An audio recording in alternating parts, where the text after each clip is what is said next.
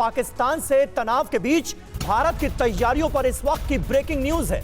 Air chief marshal AP Singh से इस वक्त प्रधानमंत्री नरेंद्र मोदी मिल रहे हैं। कल नेवी चीफ से प्रधानमंत्री मोदी ने मुलाकात की थी और अभी वो वायुसेना चीफ से मुलाकात कर रहे हैं। वायुसेना की तैयारियों पर चर्चा हो रही है। सूत्रों के हवाले से ये खबर सामने आ रही है। सुमित चौधरी हमारे सहयोगी इस वक्त हमारे साथ जुड़ चुके हैं। मुलाकातों का सिलसिला जारी है। कल नेवी चीफ से भी प्रधानमंत्री मोदी ने मुलाकात की थी सुमित, और अभी वो एयरफोर्स की तैयारियों का जायजा ले रहे हैं। क्या अपडेट है आपके पास? देखिए बिल्कुल, क्योंकि पिछले 24 घंटे में दूसरी महत्वपूर्ण मीटिंग है प्रधानमंत्री मोदी के साथ। कल नेवी चीफ मिले थे जैसा आपने बताया, और आज एयरफोर्स चीफ मिल रहे हैं। और खास बात यह कि एयरफोर्स चीफ ऐसे समय में मिल रहे हैं जब लगातार हमारे एयर डिफेंस मैकेनिज्म को लेकर, हमारे एयर के पुख्ता इंतजामों को लेकर वो न सिर्फ प्रधानमंत्री मोदी को बता रहे हैं, बल्कि सीसीएस की दूसरी बैठक के बाद हमने क्या कुछ रिव्यू किया है, हमने क्या कुछ तैयारियां किया है, इससे भी अवगत करा रहे होंगे। और आप देखिए समीर, पिछले 24 घंटे पहले पाकिस्तान ने मिसाइल टेस्ट कर दरअसल एक पोस्टरिंग की थी, खासतौर पर 450 किलोमीटर का दावा कर कि वो लगातार बड़ी तैयारियां कर रहा है। तो उसके लिए भी हमारे एयर डिफेंस कैसे हैं, हमारे एयर डिफेंस मैकेनिज्म कैसे हैं, इसके बारे में भी जानकारियां दी जा रही होंगी। समीर, बिल्कुल शुक्रिया सुमित आपका इस ताजा जानकारी और अपडेट के लिए। आगे बढ़ते हैं और पाकिस्तान पर प्रहार से पहले भारतीय नौसेना ने महासागर में जंग वाली घातक रिहर्सल की है। आतंकी पर स्ट्राइक से पहले इंडियन नेवी के जाबाजों ने समंदर में ऐसा बारूदी बवंडर दिखाया है जिसे देखकर पाकिस्तान के होश फाख्ता हो गए हैं। भारतीय नौसेना के जाबाजों ने अपनी जंगी बेड़ों के साथ रियल युद्ध का दमदार ट्रेलर दिखाया। भारतीय नौसेना के शूरवीरों ने समंदर में अपने पराक्रम का ऐसा प्रदर्शन किया जिसे देख दुश्मन के पैरों तले जमीन खिसक जाए। अगर युद्ध होता है तो कैसे ऑपरेशन को अंजाम देना है, किस तरह से दुश्मनों के बेड़ों पर अटैक करना है, इतना ही नहीं एक एक करके कैसे दुश्मन ब्रिगेड का खात्मा करना है, सब कुछ इस मौके पर भारतीय नौसेना ने लाइव करके दिखाया। दरअसल इन दिनों भारतीय नौसेना अरब सागर में पराक्रम दिखा रही है। इंडियन नेवी की 3 से 7 मई तक लाइव फायरिंग ड्रिल जारी है। इस नेवल ड्रिल के जरिए पाकिस्तान को सीधा संदेश दिया गया है। समंदर से पाकिस्तान की हर हरकत और हिमाकत को करारा जवाब देने की तैयारी है। युद्धपोत, एंटीशिप मिसाइल और एंटी एयरक्राफ्ट हथियारों से जंगी प्रैक्टिस जारी है। इस लाइव फायरिंग ड्रिल में समंदर से सतह और पानी के अंदर से अटैक की रिहर्सल भी की गई है। भारत की नेवल ताकत देखकर पाकिस्तान के होश उड़े हुए हैं। आईएनएस सूरज से एंटीशिप मिसाइल दागकर भी हिंदुस्तान ने आतंकी पाकिस्तान को सख्त संदेश दिया था, तो आईएनएस विक्रांत की तैनाती से भी पाकिस्तान में हड़कंप मचा है। और इस बीच भारत ने दुश्मन के विमान, हेलीकॉप्टर और ड्रोन को मार गिराने के लिए नए जनरेशन के एयर डिफेंस सिस्टम की खरीद प्रक्रिया शुरू कर दी है। इससे सीमावर्ती क्षेत्रों की सुरक्षा और ज्यादा बढ़ी। हिंदुस्तान के इंतकाम को इस बार पाकिस्तान कभी भूल नहीं पाएगा। पहलगाम में आतंकी हमले के बाद सीमा पर जबरदस्त तनाव है और भारत की तैयारी से पाकिस्तान में खौफ का माहौल है। एक तरफ जहां सरकार ने फ्रांस के साथ 26 राफेल एम फाइटर जेट के सौदे को मंजूरी दी है, वहीं दूसरी तरफ दुश्मन के विमानों, हेलीकॉप्टर्स और ड्रोन को मार गिराने के लिए नए जनरेशन के एयर डिफेंस सिस्टम की खरीद प्रक्रिया शुरू कर दी है। भारत 48 लॉन्चर और 85 मिसाइल खरीदेगा, जिसके लिए टेंडर की आखिरी तारीख 20 मई 2025 है, जो 6 किलोमीटर की दूरी तक दुश्मन के फाइटर जेट्स, विमानों, ड्रोन और हेलीकॉप्टर्स को नष्ट कर सकती है। इसे पहाड़, रेगिस्तान, मैदान, समंदर कहीं भी तैनात किया जा सकता है और इसका इस्तेमाल -50 डिग्री तापमान में भी किया जा सकता है। Short range air defence system से लॉन्च किए जाने वाले मिसाइलों की मारक क्षमता कम दूरी की होती है और इससे दुश्मन के विमानों को सटीकता से गिराया जा सकता है और ये दुश्मन के हवाई खतरों को बेअसर कर सकता है। पहलगाम आतंकी हमला पाकिस्तान की सबसे बड़ी भूल साबित होगा। अब टेरर कंट्री पाकिस्तान से अरब मुल्क भी दूरी बना रहे हैं। देखिए पूरी खबर। पहलगाम में कायराना आतंकी हमला करके पाकिस्तान ने कुल्हाड़ी पर ही अपना पैर मार लिया है। दुनिया के जो चंद मुल्क उसके साथ खड़े नजर आते थे, इस हमले के बाद वो भी किनारा कर चुके हैं। पूरा वैश्विक समर्थन भारत के साथ है और पाकिस्तान एक कोने में अलग थलग पड़ा है। अब आतंकी मुल्क पाकिस्तान से सऊदी अरब और यूएई भी किनारा कर रहे हैं। सूत्रों के हवाले से खबर है कि सऊदी अरब और यूएई की खुफिया एजेंसियों ने पाकिस्तान की आतंकी साजिशों और हरकतों पर नाराजगी जताई है। पाकिस्तानी सेना की आतंकी हरकतों से दोनों ही मुल्क बेहद नाराज हैं। पाकिस्तान की जिहादी खुफिया एजेंसी ISI को सऊदी अरब और यूएई ने चेतावनी दी है। पहलगाम हमले में लिंक मिलने पर दोनों मुस्लिम देश पाकिस्तान का साथ छोड़ देंगे। पाकिस्तान के जिहादी सेना प्रमुख आसिम मुनीर को भी आतंकी साजिशों पर जवाब देना होगा। ऐसे में आसिम मुनीर पर अब शिकंजा संभव है। दरअसल इस वक्त भारत दुनिया में एक मजबूत देश के तौर पर अपनी जगह बना चुका है। ज्यादातर बड़े देशों से भारत के रिश्ते काफी अच्छे हैं। इसमें सबसे बड़ा देश सुपर पावर कहा जाने वाला अमेरिका है। अमेरिका ने भी आतंकवाद के खिलाफ भारत की लड़ाई में उसे सीधा समर्थन देने का ऐलान कर दिया है। इधर भारत के एक्शन से पाकिस्तान की सरकार बैकफुट पर आ गई है। बात अब न्यूक्लियर हमले की धमकी से गिड़गिड़ाने तक पहुंच गई है। रिपोर्ट आप देखिए। पाकिस्तान में डर का माहौल है। प्रधानमंत्री, मंत्री, नेता, सेनाध्यक्ष सब तनाव में है। हर सांस के साथ उन्हें भारत के अटैक की आहट बेचैन कर रही है। सिंधु नदी में खून बहाने का ऐलान करने वाले बिलावल भुट्टो के सुर बदल गए हैं। भारत को धमकी देने वाले ख्वाजा आसिफ अब कह रहे हैं कि भारत की तीनों सेनाओं के हमले से बच पाना नामुमकिन है। और प्रधानमंत्री शहबाज शरीफ अमेरिका से लेकर अरब देशों तक गिड़गिड़ा रहे हैं। इस्लामाबाद में शहबाज शरीफ ने तुर्की के राजदूत डॉक्टर इरफान नजीरुगुलू से मुलाकात की और भारत के खिलाफ दिए गए बयानों पर सफाई दी और कहा कि पाकिस्तान की तरफ से संतुलित प्रतिक्रिया दी गई और भारत के बयानों को शहबाज ने भड़काऊ बता दिया। शहबाज शरीफ दुनिया के सामने घड़ियाली आंसू बहा रहे हैं, लेकिन सच ये है कि पाकिस्तान दुनिया में आतंक का सबसे बड़ा एक्सपोर्टर है। ये वही पाकिस्तान है जहां के मंत्री बात बात पर परमाणु हमले की धमकी देते हैं। पाकिस्तान की सेना आतंकियों को ट्रेनिंग देती है और सरकार पैसा, लेकिन अब चोरी पकड़ी जा चुकी है तो पूरा पाकिस्तान गिड़गिड़ाने लगता है। और पहलगाम आतंकी हमले पर भारत का सबसे भरोसेमंद देश रूस भी चट्टान की तरह पाकिस्तान के खिलाफ खड़ा है। आतंक के खिलाफ इस जंग में राष्ट्रपति पुतिन भारत का मजबूती से साथ दे रहे हैं। पूरी खबर देखिए। पाकिस्तान का अस्तित्व खतरे में है। पाकिस्तान में ऐसी आग भड़कने वाली है जिससे इस्लामाबाद का तख्त खाक होना तय है। अब पहलगाम आतंकी हमले पर रूस भी भारत के साथ खुलकर आ गया है। पहलगाम आतंकी हमले को लेकर रूस और भारत के बीच बातचीत हुई है। रूस के विदेश मंत्री ने एस जयशंकर से पूरे घटनाक्रम पर बात की। विदेश मंत्री जयशंकर ने बताया कि रूस हमेशा की तरह भारत के साथ सहयोग के लिए तैयार है। पहलगाम आतंकी हमले पर भरोसेमंद दोस्त रूस ने खुलकर भारत का समर्थन किया है। रूसी विदेश मंत्री सरगेई लावरोव ने एस जयशंकर से हर बिंदु पर चर्चा की। इस बीच भारत और पाकिस्तान के बीच जारी तनाव और आतंकी हमले को लेकर बातचीत हुई। विदेश मंत्री जयशंकर ने कहा कि रूस हमेशा की तरह भारत के साथ सहयोग के लिए तैयार है, तो सरगेई ने कहा कि राजनीतिक और कूटनीतिक तरीके से इसका हल किया जाना चाहिए। भारत को रूस और अमेरिका का साथ मिलने की वजह से पाकिस्तान की घबराहट और बढ़ गई है। पहलगाम आतंकी हमले की वजह से पाकिस्तान पूरी दुनिया में अलग थलग पड़ चुका है। आतंकवाद के मुद्दे पर पूरी दुनिया का समर्थन हिंदुस्तान के साथ है। कमजोर और कंगाल पाकिस्तान की हालत भारत के प्रहार को झेलने की नहीं है।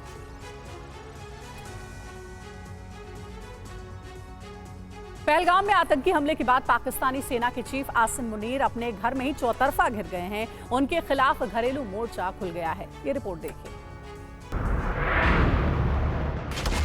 इंडियन आर्मी के खौफ से पाकिस्तान की रातों की नींद उड़ी हुई है। देश में दहशत का माहौल है। शहबाज और मुनीर को समझ नहीं आ रहा है कि अगर भारत ने हमला कर दिया तो कैसे जवाब देंगे। इसी बीच पहलगाम में आतंकी हमले को लेकर पाकिस्तानी सेना के खिलाफ घरेलू मोर्चा खुल गया है। आसिम मुनीर पर पाकिस्तानी सेना के पूर्व मेजर ने आरोप लगाया है कि ISI के मना करने के बावजूद मुनीर ने योजना बनाकर पहलगाम में हमला किया। इधर भारत की कार्रवाई को देखकर पाकिस्तान की हालत बहुत खराब है। LOC के पास आतंकी लॉन्च पैड्स अब पूरी तरह से खाली हैं। आप देखिए ताजा अपडेट क्या है। सरहद पार दहशत का मंजर कायर पाकिस्तान की सच्चाई बयां कर रहा है। POK में पाकिस्तान के जहरीले जनरल की टेरर फैक्ट्री अब वीरान पड़ी है। आतंकी सपोलों को बिल में भेज दिया गया है। दरअसल भारत के एक्शन से पाकिस्तानी सेना घबराई हुई है। LOC के पास पाकिस्तान की आतंकी फौज ने लॉन्च पैड खाली करा दिए हैं। पाकिस्तान ने 50 से ज्यादा आतंकी लॉन्च पैड खाली कराए हैं। अब इन आतंकियों को पाकिस्तान के अंदरूनी इलाकों में शिफ्ट किया गया है। कठुआ, नौशेरा और हीरानगर के पास लॉन्च पैड खाली कराए गए हैं। इन लॉन्च पैड में लश्कर और जैश के आतंकियों को ट्रेनिंग दी गई थी। तो यहाँ सामरिक तौर पर ऊंची चोटियों पर पाकिस्तानी सेना की तैनाती है। ऊपर से निशाना बनाना बेहद आसान होता है। तीसरी चुनौती ये है कि लैंड माइंस का चक्रव्यूह यहाँ पर है। POK में कई जगहों पर बारूदी सुरंगों से सामना हो सकता है, जिसे हटाकर ही सेना आगे बढ़ सकती है। POK के दुर्लभ इलाकों में सेना के लिए रसद भेजना और आर्टिलरी की तैनाती करना चुनौती भरा होगा।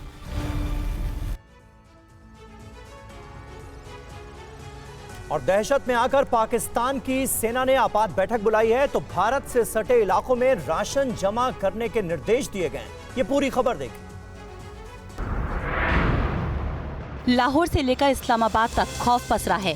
अब रावलपिंडी में पाकिस्तानी जनरल ने इमरजेंसी मीटिंग बुलाई है। इस बैठक में पाकिस्तान के आर्मी चीफ मुनीर के चेहरे पर तनाव साफ दिखा। इस मीटिंग में पाकिस्तानी सेना के बड़े कमांडर्स भी शामिल हुए। भारत का एक्शन देखकर पाकिस्तानी सैन्य अधिकारी तनाव में दिखे। हमले को लेकर तनाव में दिख रहे आसिम मुनीर ने भी बौखलाहट में धमकी दी। मुनीर ने दिल को तसल्ली देते हुए कहा कि भारत के हमले को कामयाब नहीं होने देंगे। मुनीर ने पाकिस्तानी सेना को हर हालात के लिए तैयार रहने के लिए कहा है। वहीं पहलगाम हमले की जवाबी कार्रवाई और युद्ध की आशंका के चलते पाकिस्तान ने पीओके में रहने वाले लोगों को 2 महीने का राशन जमा करने का निर्देश दिया है। पाकिस्तान ने सीमा से सटे इलाकों में कम से कम 2 महीने का राशन और जरूरी सामान जुटा लेने की गाइडलाइन जारी की है। खाने पीने का सामान, दवाइयाँ और जरूरी वस्तुओं की आपूर्ति के लिए 1 अरब रुपए का आपात कोष भी जारी किया गया है। पाकिस्तान ये मानकर चल रहा है कि किसी भी वक्त भारत का हमला संभव है और भारत से युद्ध लड़ने का ख्वाब पाकिस्तान के लिए सपना ही साबित होगा, क्योंकि पाकिस्तान के पास तोपखाने में गोला बारूद की भारी कमी है। हालात ये हैं कि चीन की सहायता के बावजूद पाकिस्तान भारत के सामने सिर्फ 4 दिन में घुटने टेक देगा।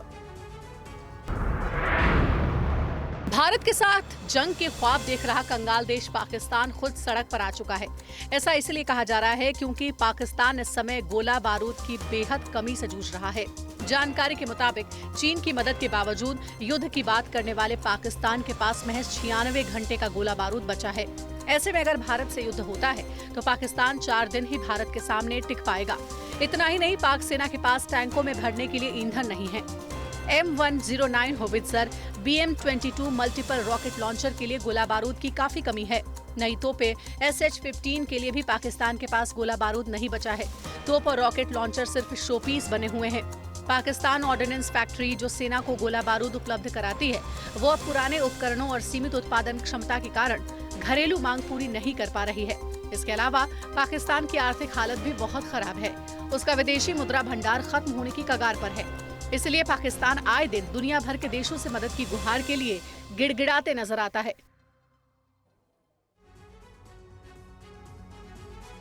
भारत की तैयारी से डरे पाकिस्तान ने अब्दाली मिसाइल का परीक्षण किया है। भारत ने इसे उकसाने वाली कार्रवाई माना है।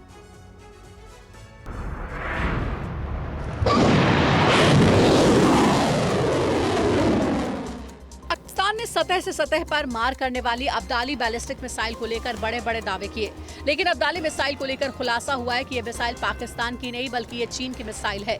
पाकिस्तान ने अपनी आदत के मुताबिक चीन की तकनीक चोरी कर अब्दाली मिसाइल का निर्माण किया है। सिर्फ 450 किलोमीटर रेंज वाली ये मिसाइल लाहौर से चलकर इस्लामाबाद तक भी नहीं पहुंच सकती है। भारत की ब्रह्मोस और अग्नि मिसाइलों के सामने ये मिसाइल तकनीकी रूप से बेहद पिछड़ी और बेकार है। जानकारी के मुताबिक अब्दाली मिसाइल में चीन की DF-11 मिसाइल की तकनीक को बिल्कुल हूबहू कॉपी किया गया है। ये मिसाइल 90 के दशक में पाकिस्तान को चीन से मिली थी। पाकिस्तान ने DF-11 की तकनीक पर अब्दाली को बनाया।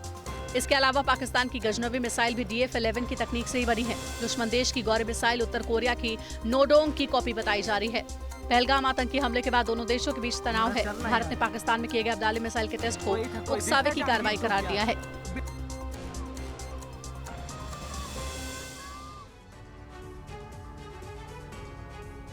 इधर पहलगाम में आतंकी हमले के बाद भारत के एक्शन से पाकिस्तान में हड़कंप है। इस बीच पाकिस्तान ने अपनी सैन्य ताकत बढ़ाने के लिए चीन से 40 टैंक का इमरजेंसी ऑर्डर भी दिया है।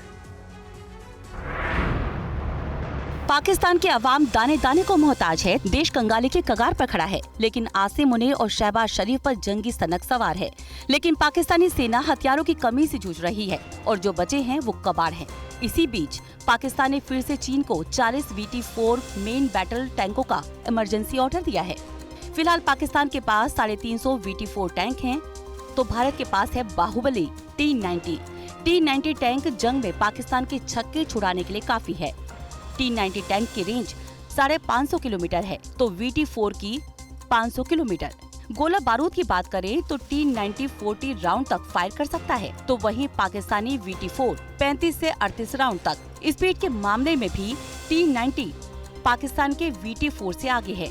इंजन की पावर की बात करें तो भारतीय टैंक की 1130 हॉर्स पावर है और VT4 की 1200। दरअसल रूस यूक्रेन जंग के कारण गोला बारूद की मांग में उछाल आया, जिसे पाकिस्तान ने आर्थिक अवसर में बदल दिया, लेकिन अपनी तैयारियों को दांव पर लगा दिया। उसे $364 मिलियन के हथियार बेचे।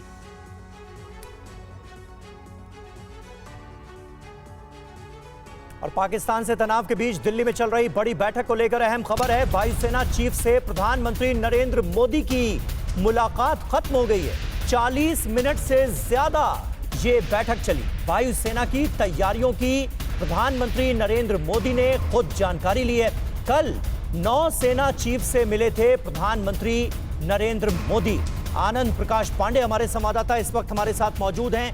आनंद, अहम मुलाकातों का सिलसिला लगातार जारी है। कल नेवी चीफ से मुलाकात और आज एयरफोर्स चीफ से प्रधानमंत्री नरेंद्र मोदी ने मिलकर एयरफोर्स की तैयारियों का जायजा लिया है। क्या अपडेट वहां से दे सकते हैं आप इस मीटिंग को लेकर?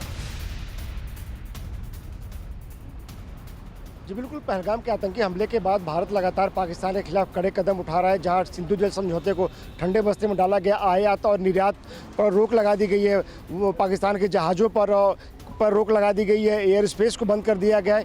इन तमाम रोक के बाद, तमाम कदमों के बाद भारत दूसरी तरफ जो है लगातार अपनी सुरक्षा की तैयारियां भी कर रहे हैं। प्रधानमंत्री नरेंद्र मोदी लगातार हमारी जो तीनों सेनाओं की जो तैयारी है उसकी समीक्षा कर रहे हैं। जो भी जवाबी कार्रवाई करनी है पाकिस्तान के खिलाफ, उसको लेकर प्रधानमंत्री दो बार CCS की बैठक कर चुके हैं, कैबिनेट के बड़े मंत्रियों से मिल चुके हैं। और सबसे खास बात यह है कि आर्मी चीफ से, नेवी चीफ से और आज एयरफोर्स चीफ से तीनों सेनाओं के प्रमुखों से 1-to-1 मुलाकात कर चुके हैं। और 1-to-1 इस मुलाकात में इन सेनाओं की जो तैयारियां हैं उसकी समीक्षा भी कर चुके हैं, उसका वो आकलन कर चुके हैं। और एयरफोर्स की बात करें तो अगर भारत जवाबी कार्रवाई के तौर पर अगर ग्राउंड ऑपरेशन करता है या फिर एयर सर्जिकल स्ट्राइक करता है, दोनों ही सूरत में एयरफोर्स की भूमिका बड़ी अहम होगी। और ऐसे में हमारी एयरफोर्स की क्या क्या तैयारियाँ हैं, उन तमाम तैयारियों को लेकर और क्या क्या तैयारियाँ हमने और बढ़ाई है पहलगाम आतंकी हमले को लेकर, इस 40 मिनट की जो बैठक चली है प्रधानमंत्री नरेंद्र मोदी के साथ air chief marshal AP Singh की, उन तमाम बातों को लेकर उन तैयारी को प्रधानमंत्री ने समीक्षा की है। एक एक चीज़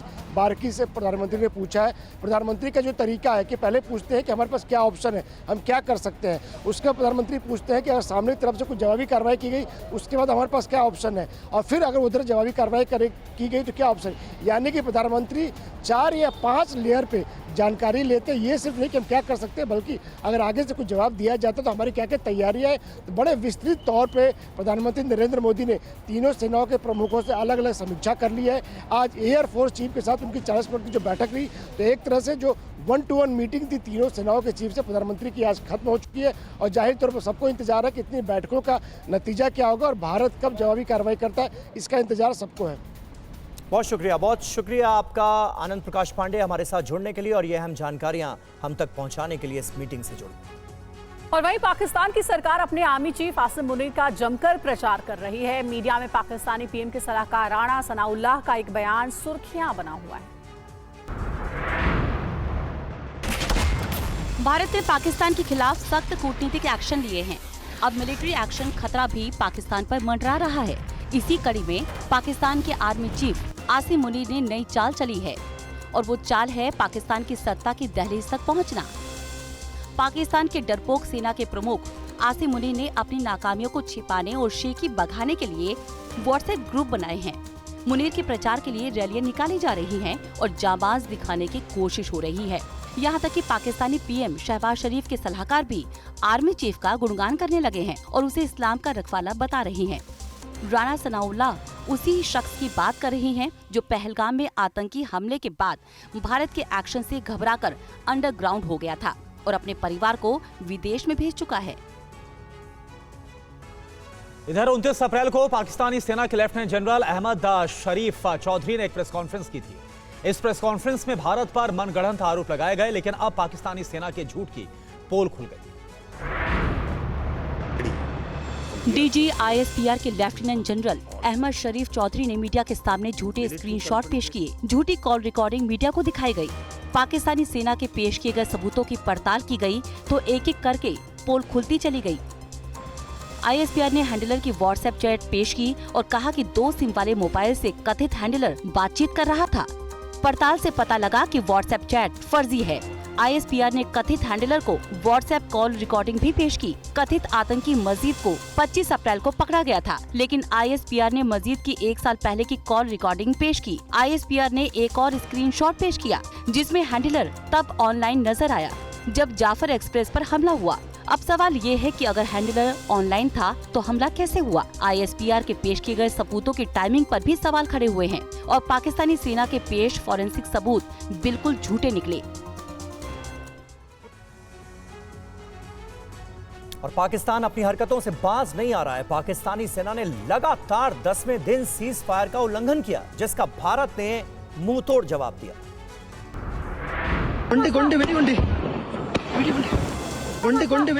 पहलगाम में आतंकी हमले के बाद भारत के एक्शन से पाकिस्तान में दहशत है और पाकिस्तानी सेना भारत को उकसाने में लगी है।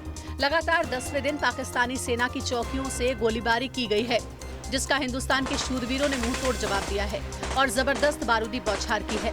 पाकिस्तान ने जम्मू कश्मीर में कुपवाड़ा, बारामूला, पुंछ, राजौरी, मेंढर, नौशेरा, सुंदरबनी और अखनूर सेक्टर में सीज फायर का उल्लंघन किया। पिछले 10 दिनों में पाकिस्तान की तरफ से 33वीं बार संघर्ष विराम को तोड़ा है। दरअसल पहलगाम में आतंकी हमले के बाद भारत ने बड़ी कूटनीतिक स्ट्राइक की है और पाकिस्तान का पानी बंद कर दिया। पाकिस्तानी नागरिकों को भारत छोड़ने का आदेश दिया गया और अब भारत ने उसके साथ व्यापार, डाक सेवा और पाकिस्तानी जहाजों को भारत के बंदरगाहों पर बैन कर दिया है। साफ है, बौखलाहट में LOC पर पाकिस्तानी फौज सीज फायर का उल्लंघन जैसी हरकत और हिमाकत करने में जुटी है, लेकिन वो अपने मकसद में कामयाब नहीं हो पा रहा है और हर बार भारत ने उसके मंसूबे को नाकाम किया है। और अपने ही देश में घिरा हुआ है पाकिस्तान भारत से युद्ध लड़ने की सोच रहा है। बलूचिस्तान के 2 इलाकों कलात मुंजशर में बलूच लिबरेशन आर्मी ने कब्जा कर लिया है। दिखाते हैं आपको एक रिपोर्ट। बलूच लिबरेशन आर्मी ने बलूचिस्तान में लगातार पाकिस्तानी सेना को परेशान कर रखा है। बलूच लड़ाके कभी भी पाकिस्तानी सेना को निशाना बना लेते हैं। इसी के तहत कार्रवाई करते हुए बलूच लड़ाकों ने बलूचिस्तान के कलात और मुंशर शहर पर अपना कब्जा कर लिया है। जानकारी के मुताबिक कलात के बड़े हिस्से पर बलोच लड़ाकों का कब्जा हो चुका है। BLA लड़ाकों ने अचानक धावा बोलकर मुंशर शहर में सरकारी इमारतों पर कब्जा कर लिया है। पुलिस चौकियों पर BLA लड़ाकों का कब्जा हो गया है और लड़ाकों ने पुलिस से हथियार छीन लिए हैं।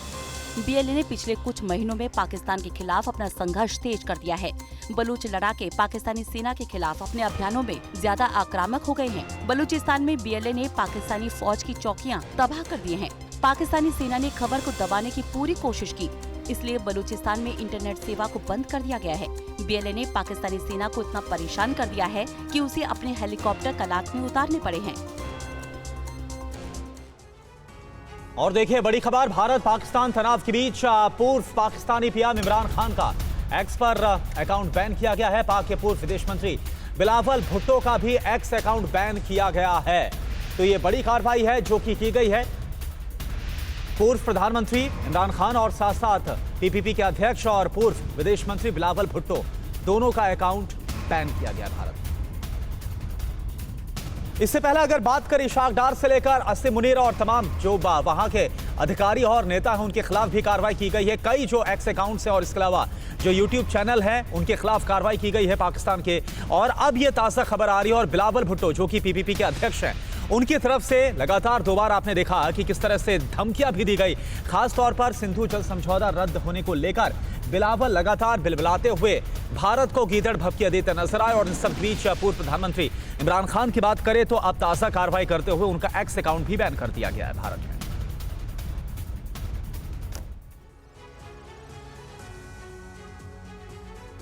और भारत सरकार के पाकिस्तान से आयात पर बैन लगाने को लेकर जम्मू के कारोबारियों का कहना है कि वो हर फैसले पर देश के साथ हैं। देखिए हमारे संवाददाता अंकित भट्ट की ग्राउंड रिपोर्ट। इस समय मैं मौजूद हूं जम्मू की सबसे बड़ी अनाज मंडी वेयर हाउस में। यहां पर व्यापारी हमारे साथ मौजूद हैं। पाकिस्तान से भी यहां पर कुछ ड्राई फ्रूट आते थे, सामान आता था। तस्वीरों में आप पाकिस्तानी बादाम देख सकते हैं, उसके साथ साथ अंजीर यहाँ पे आती थी और अलग अलग तरीके के यहाँ पर जो प्रोडक्ट्स थे वो यहाँ पर पाकिस्तान से आया करते थे।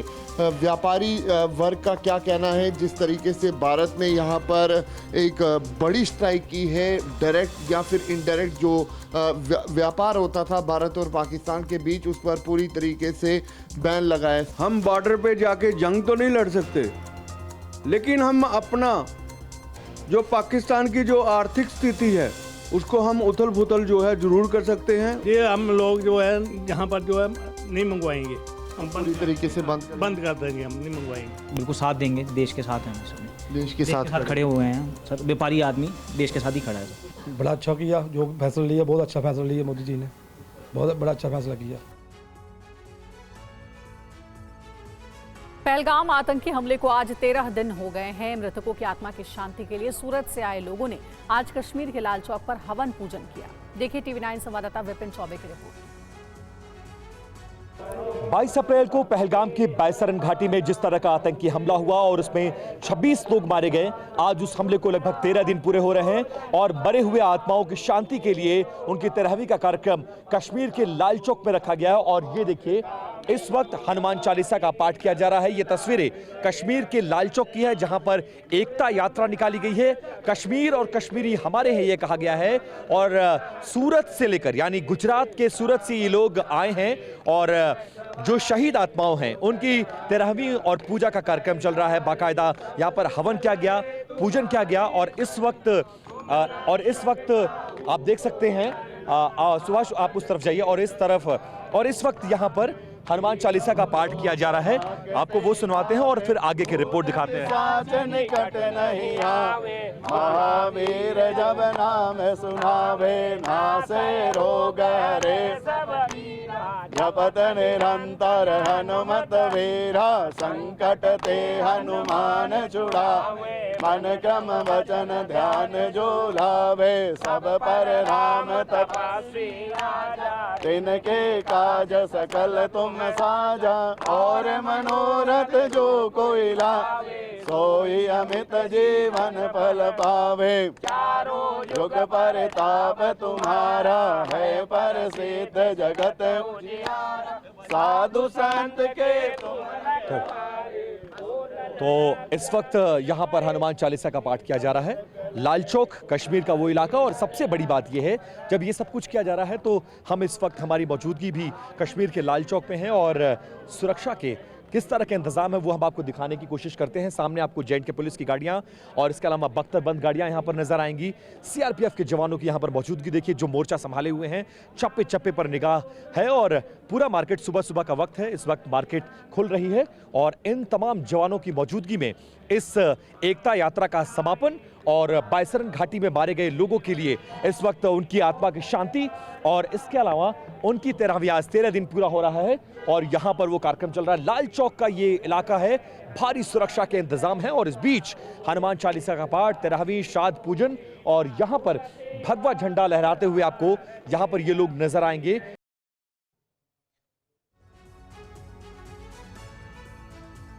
और वहीं आतंकी हमले के 13 दिन के बाद भी पहलगाम की बैसरन घाटी में पर्यटकों की आवाजाही बंद है। आपको दिखाते हैं पहलगाम से संवाददाता महराज अहमद की ग्राउंड रिपोर्ट। पहलगाम आतंकी हमले के बाद जहां जम्मू कश्मीर में हाई अलर्ट है, सरहद से लेकर कश्मीर घाटी के अंदरूनी इलाकों तक, वहीं बीएसएफ ने कमान संभाली है। नॉर्थ कश्मीर के अक्सर जगहों पर बीएसएफ के ये वीर सपूत लगातार दिन रात तैनात है और इसी तरह यहाँ पर इन तमाम वादियों को सुरक्षित कर रहे हैं। ख़ासतौर पर इंटेलिजेंस इनपुट के बाद कि आतंकी जो है वो जंगलों के इलाकों से घुसपैठ करने का प्रयास कर रहे हैं और कहीं पर भी वो अपनी गतिविधि करने का प्रयास कर सकते हैं। उसके चलते ख़ासतौर पर पर्यटन स्थलों पर सुरक्षा को चाक चौबंद किया है, बढ़ा दिया गया है। आप देख सकते हैं इस समय हम मौजूद है टूरिस्ट डेस्टिनेशन के जो रास्ते जाते हैं वहाँ पर, जो नॉर्थ कश्मीर का पूरा ये इलाका है, आप देख सकते हैं ये जंगल का इलाका है और बाकायदा तमाम गाड़ियों पर नज़र रखी जा रही है। फ्रिस्किंग्स जगह जगह पर है, चेकिंग की जाती है बाकायदा।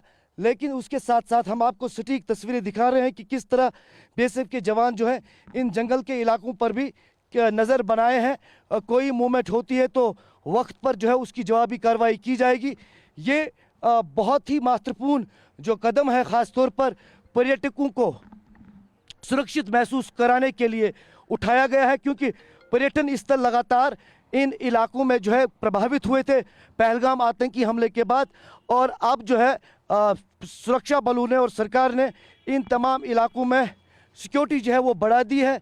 ख़ास तौर पर तमाम जो पर्यटन स्थल है वो जंगल के इलाकों के आसपास ही है। कश्मीर घाटी में जिस तरह गुलमर्ग है, तो इन तमाम इलाकों के जो जंगल है वहाँ पर इसी तरह जो बीएसएफ के जवान हैं और अन्य सुरक्षा बल है वो लगातार इन घने जंगलों पर नज़र बनाए हुए हैं। मेरे कैमरा पर्सन मुर्जा दिखाएं तो ये जंगल है, आप देख सकते हैं, और ये जवान जो है बीएसएफ के इसी तरह इन तमाम इलाकों में तैनात हैं। वहीं दूसरी तरफ लगातार कई जगहों पर अगर जानकारी की बात करें तो जानकारी के मुताबिक करीबन 3 दर्जन से ज़्यादा जगहों पर एंटी टेरर ऑपरेशन चलाए जा रहे हैं। OGW नेटवर्क को बस्ट करने की प्रयास लगातार सुरक्षा बलों की है, जिसमें करीबन 100 लोगों को हिरासत में लिया गया है। पहलगाम आतंकी हमले को लेकर 3000 लोगों को क्वेश्चनिंग के लिए बुलाया गया है। NIA भी दूसरी तरफ अपनी जांच जो है वो लगातार आगे बढ़ाते हुए एक के बाद एक सबूत जो है इस आतंकी हमले को लेकर इकट्ठा कर रही है।